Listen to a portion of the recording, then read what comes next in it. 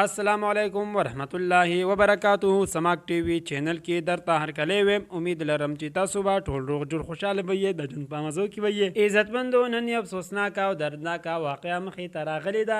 مشهور خواجه سرا ډولفین ایان او نینا جان باندې چا قاتلانه حمله کړې ده چې دواړه لګېدلي دي او شدید زخمیان دي. د ډولفین ایان حالات خراب. دا حمله پې چا کړې ده او ولې پې کړې ده؟ راځئ عزتمندو دا ټول معلومات موږ سره په دې ویډیو کې وګورئ چې پورا معلومات نه خبر شي. تاسو موږ سره په دې ویډیو کې نه وي، پلیز زموږ چینل سره سبسکرایب کړئ، غوږ وساتئ، نشان ووهئ چې رواني معلوماتي ویډیو تاسو ته په اسانۍ سره میلاویږي. عزتمندو، الله تعالی دې رحم وکړي. پېښور کې یو ګروپ روتی دی چې اجلاګانو سره ډېر زیات ظلم کوي. دې نه مخکې به هم حمله شوې وه چې هغې کې یو بل خواجه سرا ډېر په بد حال باندې قتل شوی و. اوس دا ډولفین ایان او نینا څه پروګرام لا روان و. پروګرام یې چې څنګه اټینډ کړو، واپس راتلل. بل ګاډي کې ناست وو. د شپې څه 12 نیمې بجې وې. د پروګرام نه را روان وو. سړک ورته چا بند کړی و، ګټې ورته ږدلې وې. دوی څنګه ورته ودرېدل نو دې کې پې فایرنګ شروع شو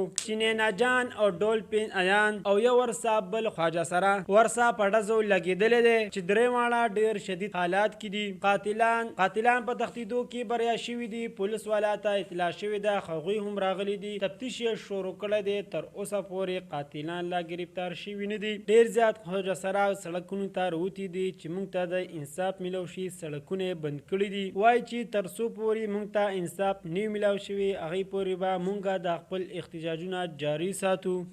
دوستانو، دا وه زموږ د دې وخت نیو معلوماتي ویډیو. د نورو نیو معلوماتي ویډیو دپاره زموږ د چینل مدره سره سبسکرایب کړئ، غوږ وساتئ، نشان ووهئ چې هر یوه نیو معلوماتي ویډیو تاسو ته په اسانۍ سره میلاویږي.